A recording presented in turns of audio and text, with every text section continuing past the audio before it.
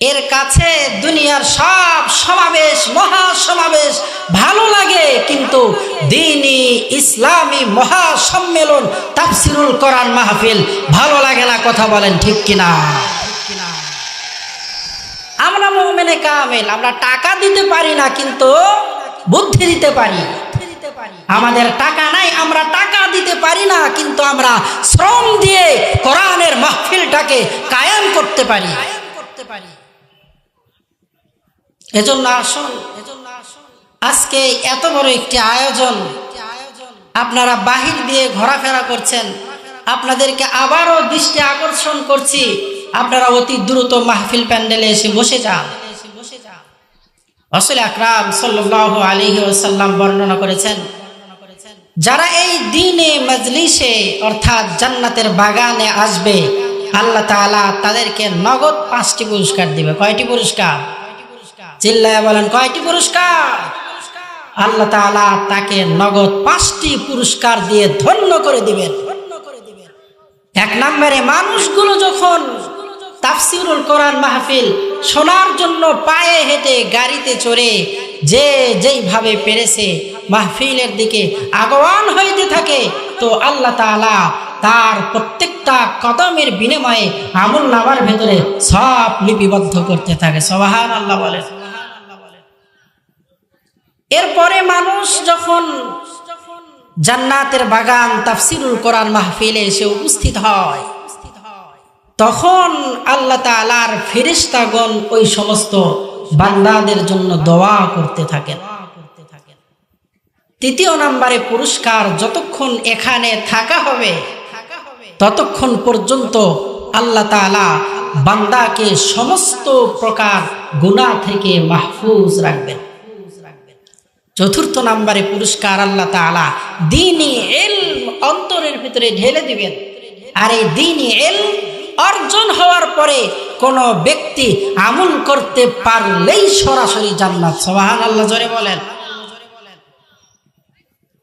এজন্য মাহফিলগুলোতে বেশি বেশি যাওয়া দরকার, কারণ জানা নাই কোন মাহফিল আমার জন্য হেদায়েতের ওসিলা হয়ে যাবে, কোন মাহফিল আবার আপনার জন্য হেদায়েতের জরিয়া হয়ে যাবে।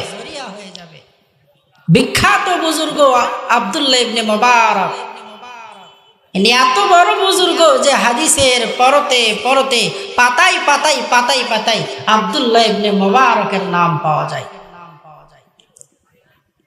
আব্দুল্লাহ ইবনে মুবারক যৌবনের প্রারম্ভে, যৌবনের শুরুতে আব্দুল্লাহ ইবনে মুবারক রাস্তায় একটি বেপরদা মহিলাকে দেখে আব্দুল্লাহ ইবনে মুবারকের অন্তরের ভিতরে মহিলার প্রতি একটি ভালোবাসা সৃষ্টি হয়ে গেল। এক পর্যায়ে আব্দুল্লাহ ইবনে মুবারক মহিলার পিছু পিছু পিছু পিছু নিয়ে অনেক দূর যাইতে থাকলেন। যাইতে যাইতে যাইতে যাইতে একটি বাড়ির ভেতরে মহিলা প্রবেশ করলেন। আব্দুল্লাহ ইবনে মুবারক বাড়ির বাহিরে দাঁড়িয়ে আছেন। বাড়ির বাহিরে দাঁড়ানোর পরে একজনকে বলতেছে, অমুক মেয়েকে দেখে তো আমার ভালো লেগেছে, এই মেয়েটার বাড়ি তো জানলাম, কিন্তু এর সঙ্গে দেখা করার মতো একটি পরিস্থিতি আপনি তৈয়ার করে দেন। মহিলা এবার ডাক দিয়ে বলল যে, মুবারক, তোমার চিন্তা করার কোনো কারণ নাই। আগামীকাল দুপুর বেলা অমুক জায়গায় গিয়া মহিলার জন্য তুমি অপেক্ষা করতে থাকবা। আমি তোমার সম্মুখে এই মহিলাটাকে নিয়ে যাব।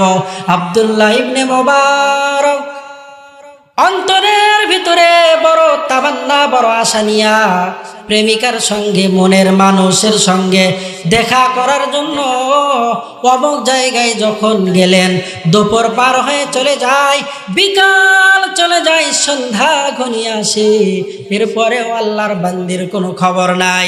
আব্দুল্লাহ ইবনে মুবারক জায়গায় দাঁড়িয়ে আছেন, কোনো খবর নাই।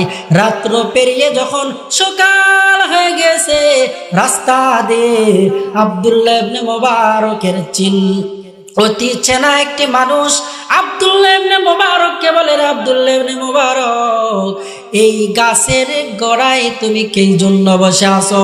আব্দুল্লাহ ইবনে মুবারক ডাকতে বলে যে ভাই, একটি মেয়েকে দেখার পরে আমার অন্তরের ভেতরে এমন ভালো লেগে গিয়েছে, তাকে দেখা করার জন্য আমি তো এখানে দাঁড়িয়ে আছি। লোকটি ডাক দিয়ে বলল, কখন থেকে আপনি দাঁড়িয়ে আছেন? আব্দুল্লাহ ইবনে মুবারক ডাক দিয়ে বললেন যে আগামীকাল দুপুর থেকে আমি এখানে দাঁড়িয়ে আছি। যুবক এবার ডাক দিয়ে বলল, রে আব্দুল্লাহ ইবনে মুবারক, তুমি দুনিয়ার একজন নাপাক মানুষকে পাওয়ার জন্য কালকে দুপুর থেকে আজকে সকাল পর্যন্ত অপেক্ষা করলা। তুমি যদি আমার রবের জন্য সারা দিন সারা রাত অপেক্ষা করার দরকার নাই, 1 মিনিট অপেক্ষা করতে পারতা, তাহলে আল্লাহ তাআলা তোমার সঙ্গে দেখা দিত। আব্দুল্লাহ ইবনে মুবারক তার মাথার ভেতর থেকে সমস্ত চিন্তা চেতনা বাদ দিয়ে এবার চিন্তা করতে লাগলেন, দুনিয়ার মানুষের মনে প্রেমে পাগল হইয়া, আমি একজনের প্রেমে পাগল হইয়া এতক্ষণ সময় দেওয়ার পরে সে আমার সঙ্গে গাদ্দারি করে দেখা দিল না। আব্দুল্লাহ ইবনে মুবারক এবার চিন্তা করলেন যে যেই মালিকের কথা বললেন, ওই মালিকের জন্য যদি আমি রাত্র জাগরণ করি তাহলে ওই মালিক তো আমাকে অত্যন্ত দামি বানিয়ে দিবে। আব্দুল্লাহ ইবনে মুবারক এবার সঙ্গে সঙ্গে চলে গেলেন মাজলিসে, দ্বীনের মাজলিসে যাওয়ার পরে দ্বীনি ইলম অর্জন করলেন।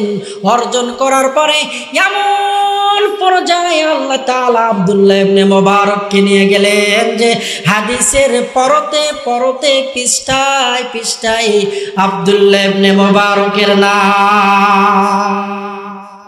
কি বুঝলেন? সারা রাত ধরে ওয়াজ শুনে লাভ নেই যদি আমল না থাকে। কোন কথা কখন কার জন্য হেদায়েতের জরিয়া হয়ে যায় জানা নেই। কোন কথা, কোন ওয়াজ, কোন বয়ান কখন কার জন্য হেদায়েত হয়ে যায় জানা নেই। আব্দুল্লাহ ইবনে মুবারক সে তো ছিল একেবারেই অন্ধকারের মধ্যে নিমজ্জিত। এক বান্দা বলেছে যে আল্লাহর জন্য যদি তুমি রাত জাগরণ করতে তাহলে আল্লাহ তাআলা তোমাকে ঠকাইতো না, আল্লাহ তাআলা তোমার সঙ্গে প্রতারণা করতো না। আব্দুল্লাহ ইবনে মুবারকের জেহেন ঘুরিয়ে গিয়েছে। এজন্য আসুন, কোন কথায় কার হেদায়েত হবে জানা নেই, কোন ওয়াজে কে আল্লাহ পাকের রাস্তায় কবুল হয়ে যাবে জানা নাই। সারা জিন্দেগির ইবাদত কবুল নাও হতে পারে। মাহফিল প্যান্ডেলে এসে বসেছি তো আল্লাহ তাআলা কবুল করে নিয়েছেন, তো এটাই তো নাজাতের জন্য ওসিলা হয়ে যেতে পারে। এজন্য বেশি বেশি দ্বীনি মাহফিলগুলোতে আমাদেরকে অ্যাটেন্ড হওয়া দরকার, আমাদেরকে উপস্থিত হওয়া দরকার।